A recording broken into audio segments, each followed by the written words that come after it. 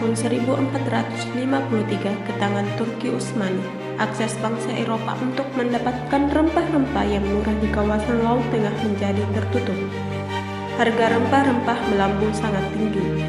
Oleh sebab itu, mereka berusaha menemukan daerah sumber rempah-rempah di wilayah timur.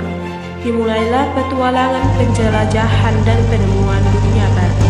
Tuan, sepertinya saya melihat sebuah daratan di sana. Mungkinkah itu pulau yang dicari oleh bangsa Eropa lainnya?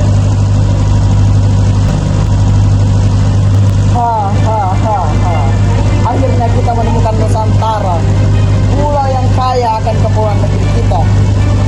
Cepat, arahkan kapal itu ke sana.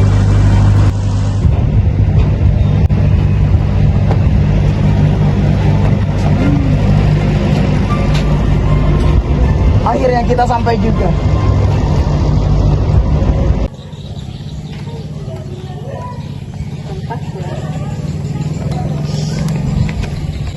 Berapa jumlah rempah-rempah ini? Acah, ini 500 rupiah Tuan. Sudah nak murah dah ini dari pedagang lainnya. Tuan nak beli dalam jumlah banyak kah? Mahal sangat. Bagaimana kalau aku tukar dengan emas ini? Wah, emas kau baguslah Tuan. Sangat mengkilap.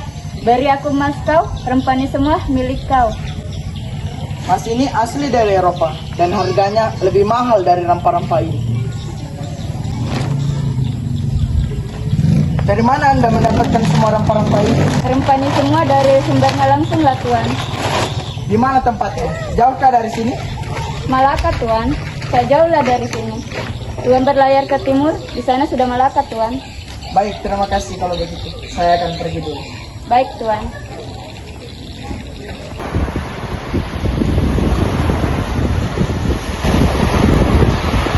Inilah daerah yang selama ini mereka bicarakan. Saya pun beringin agar kita dapat saling untung, Tuan. Sampai soal seperti begitu, maka berikanlah kewenangan Anda kepada rakyat rakyat. Saya tidak ingin Anda senang sendiri.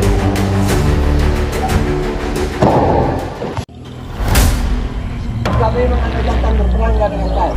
Berani Anda ya?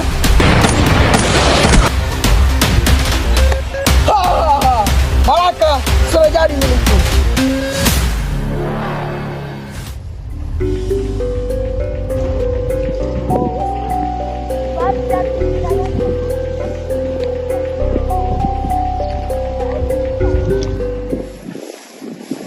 Tuan, sepertinya saya melihat sebuah keramaian di sana. Iya Tuan, sepertinya kita menemukan sebuah kota. Saya juga melihatnya. Marilah kita ke sana. Saya selaku perwakilan seluruh rakyat Ternate meminta bantuan kepada Anda untuk membangun sebuah benteng untuk melindungi seluruh rakyat Ternate dari serangan musuh Tuan. Itu hal yang sangat mudah. Kami memiliki prajurit yang siap membantu Anda, Paduka. Baguslah kalau begitu Tuan. Tunggu dulu. Apa yang akan kami dapatkan setelah kami memenuhi permintaan Anda, Paduka? Apa yang kalian minta, kami akan berikannya kepada Anda Tuan. Begini saja. Saya ingin memonopoli perdagangan cengkeh di tanah ini. Itu akan menjadi hak kami. Bagaimana? Apa itu saja Tuan? Kami akan membantu sepenuhnya untuk membangun benteng terhadap Tuan. Baiklah kalau begitu.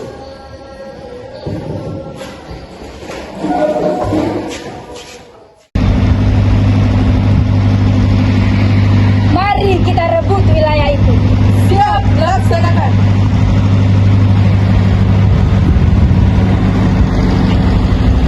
Tuan, bangsa di seberang kita, bangsa Ternate telah dibantu oleh bangsa Portugis. Mereka dibantu membangunkan suatu benteng pertahanan. Itu hal yang mudah bagi kami. Kami akan membantu kalian apapun yang kalian butuhkan. Kami siap membantu. Baiklah Tuan, apapun yang kalian butuhkan kami akan bersiap. Baiklah.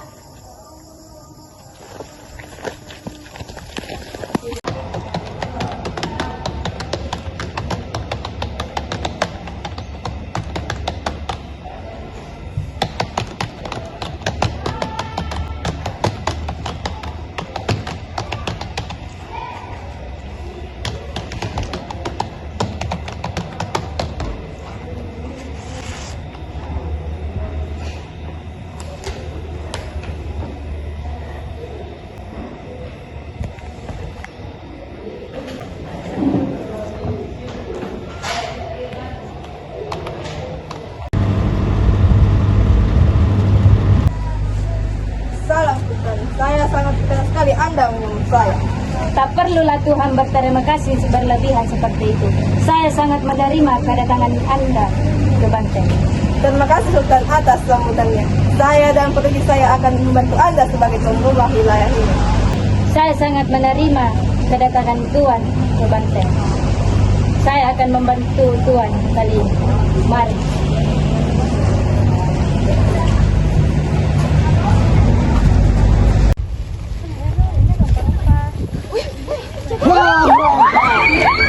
Lihat semua bangsamu.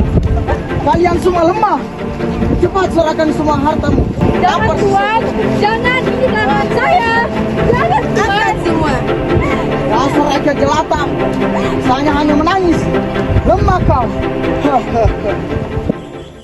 Apa maksud kalian? Kami telah memperlakukan kalian dengan baik. Namun mengapa kalian melunjak seperti ini? Jelaskan pada kami. Pergi kalian pendas. Kami tak butuh kalian kulit putih. Pergi!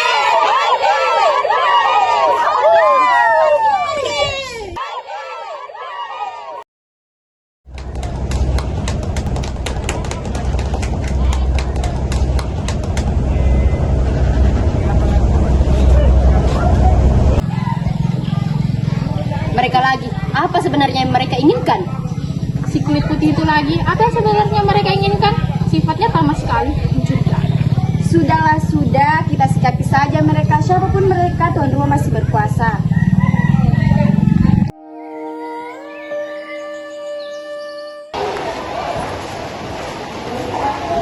Bagaimana kondisi perdagangan kita di Nusantara saat ini? Persaingan antar pedagang semakin ketat. Tidak hanya pedagang bumi, pedagang dari Cina, Arab, dan India turut mempersempit kegiatan kita. Iya benar, keadaan ini semakin mengancam keberadaan kita. Kita harus melakukan sesuatu untuk mengangkat keberadaan. Bagaimana jika kita menyatukan kekuatan untuk membangun suatu perusahaan perdagangan seperti yang dilakukan oleh Inggris dan Prancis? Lalu apa yang kita dapat jika kita membuat usaha lagi seperti ini? Banyak sekali yang kita dapatkan jika kita membangun suatu perusahaan perdagangan. Jika kita memfokuskan kepada perdagangan di India, Timur, dan juga kita bisa meminta memonopoli perdagangan dengan meminta bantuan kepada pihak pemerintah Belanda. Usulan yang bagus. Segera kumpulkan pasukan, kita berunding membangun perusahaan ini sekarang. Segera Tuan. Setelah terjadi perundingan, disepakati sebuah usaha yang diberi nama VOC. Pada tahun 1610, VOC mengangkat Fitzer Booth sebagai gubernur jenderal pertama yang diangkat oleh VOC untuk Pulau Jawa, yang ditugaskan untuk mendirikan kantor perdagangan sebagai pusat pelayaran di seluruh Hindia Belanda. Langkah pertama yang ia lakukan yaitu memusatkan kedudukan VOC di Ambon. Namun, tak lama kemudian ia memindahkannya lagi ke Jakarta. Sepertinya Ambon bukan tempat yang strategis untuk pusat perdagangan VOC ini. Kita harus merebut wilayah yang strategis. Bagaimana jika dipindahkan ke Jakarta saja? Sepertinya wilayah tersebut akan banyak mendatangkan keuntungan bagi kita. Benar, Jakarta sangat strategis. Wilayah tersebut akan mendatangkan banyak keuntungan bagi kita. Jenderal, bagaimana ini? Kondisi semakin merajalela. Banyak pegawai VOC yang tertangkap. Kas kita juga semakin menipis. Jika kita terus bergantung kepada VOC, kita akan bangkrut, Jenderal. Tidak bisa dibiarkan. Kita bentuk pemerintahan Hindia Belanda ini yang sudah lama kita rencanakan.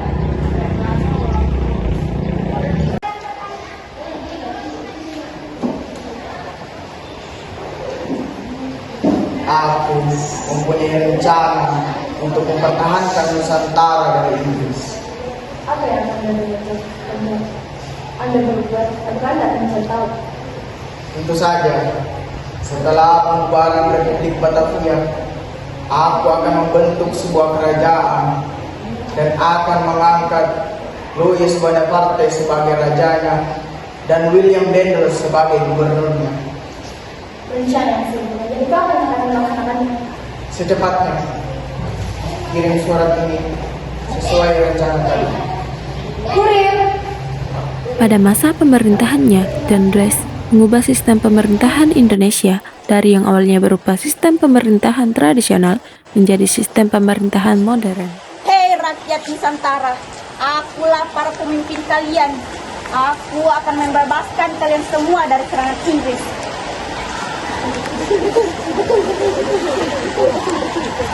Aku akan membangun kantor pemerintahan dan juga rumah sakit. Oleh karena itu, aku membutuhkan bantuan kalian semua sebagai tenaga. Kami tidak mau, itu sangat merugikan kami. Kami akan bekerja kalau kami dibayar dengan upah yang setara.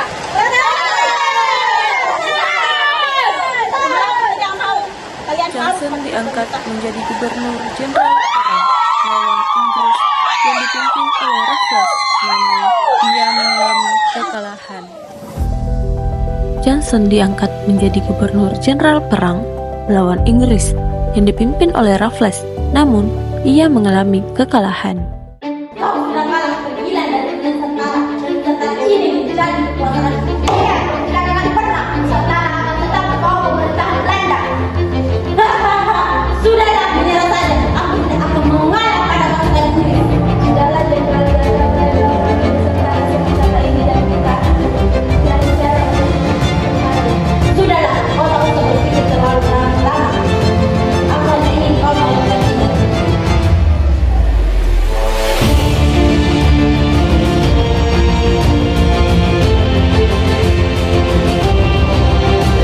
Baiklah, kami akan pergi dari Nusantara sementara waktu ini. Masa pemerintahanku, aku ingin menjadikan tanah sebagai faktor produksi. Karena dengan mengandalkan kekayaan alam di Nusantara ini, aku yakin bahwa kesejahteraan kalian akan terjaga. Kebijakan apa yang akan Anda lakukan, Jenderal? Kebijakan itu yang akan aku buat dengan beberapa syarat. Kebijakan sewa tanah, apa itu tidak merugikan rakyat? Kebijakan sewa tanah itu memiliki beberapa ketentuan. Namun, pelaksanaan di lapangan, ekspektasi Raffles tak berjalan semestinya, karena beberapa bupati yang curang dengan melebih-lebihkan kebijakan dari Raffles, sehingga Inggris tidak mendapatkan keuntungan dari rakyat pemerintah. Pemerintahan Raffles berakhir pada tahun 1814 karena adanya perjanjian Convention of London yang berisi penyerahan Nusantara ke Belanda dan pemerintahannya digantikan oleh John Vendel. Namun kekuasaan Inggris tidak berjalan lama karena terjadi perubahan situasi. Belanda menganggap Indonesia sebagai daerah kekuasaannya, namun Inggris membantah anggapan tersebut karena Inggris menganggap Indonesia sebagai pusat perdagangan mereka. Seiring berjalannya waktu, kedua negara ini melakukan banyak perundingan, sehingga sikap pemerintah pusat Inggris membuat dan menyerahkan Indonesia kembali pada Belanda. Setelah peristiwa Convention of London, Indonesia kembali ke tangan Belanda. Pada mulanya Belanda menerapkan sistem pemerintahan kolektif yang terdiri dari 3 orang, yaitu Lord Rutgers dan Van der Capellen. Sistem pemerintahan tersebut bertujuan menormalisasikan keadaan lama ke keadaan baru. Pada tahun 1819, Van der Capellen diangkat sebagai Gubernur Jenderal Hindia Belanda. Belanda yang diuntungkan dalam perencanaan ini, sedangkan kami para investor di Indonesia tidak sama sekali. Benar Tuan, kebijakan ini hanya merugikan kita sebagai investor. Atas dasar apa Anda bicara seperti itu? Sudah, saya punya ide. Bagaimana kalau kita menerapkan kultur stelsel? Apa maksud Anda? Ini merupakan sebuah sistem yang mewajibkan Hindia Belanda untuk menanam tanaman ekspor yang laku di Eropa.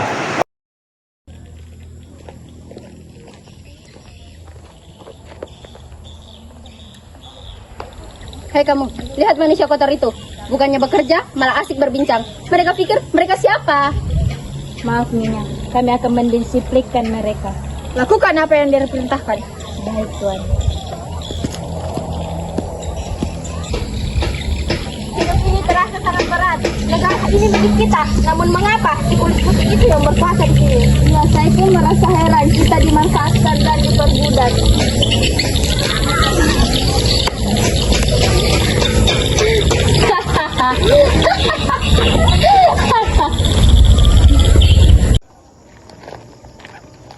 Lihat mereka jadi budak di negeri sendiri. Mau bagaimanapun itu demi kebaikan kita. Ya sudahlah, biarkan saja. Pada masa pemerintahan Jenderal Van der Capelle yang semakin berkembang mempengaruhi Gaul. Oleh karena itu, pada tahun 1850, pemerintah mulai bimbang apalagi setelah kaum liberal mendapatkan kemenangan politik di parlemen. Akhirnya, pelaksanaan tanah paksa di Hindia Belanda diambil, lalu tanah paksa digantikan oleh sistem politik liberal. Saya hendak membangun pabrik di seluruh wilayah ini. Oke, kami akan memberikan kebebasan untuk Anda, tapi kami juga akan mendapatkan upah. Itu mudah, tapi kami mempunyai syarat. Syarat? Iya, syarat. Kami membutuhkan pekerja yang dapat diandalkan dengan upah yang minim. Pemerintah menyetujui persyaratan investor tersebut dengan cara memberikan pendidikan pada buruh. 24 tahun berselang, Jepang datang ke Indonesia untuk mengambil alih kekuasaan Belanda di Indonesia. Hal ini ditandai dengan Perjanjian Kalijodo.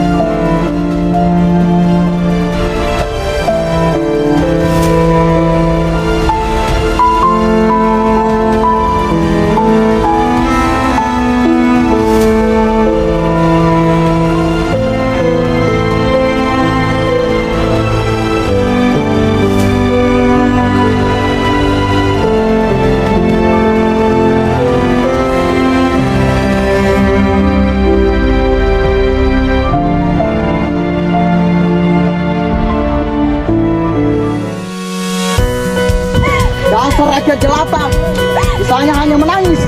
Lemah kau.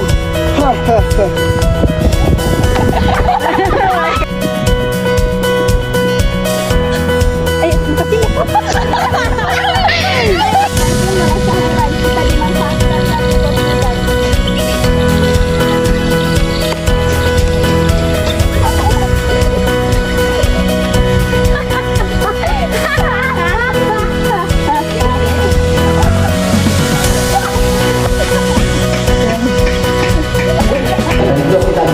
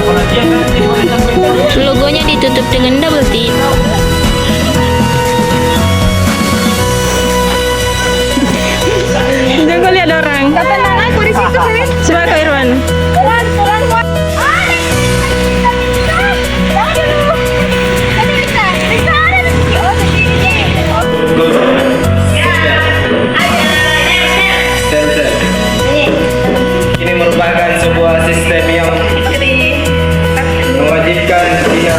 India. India beda.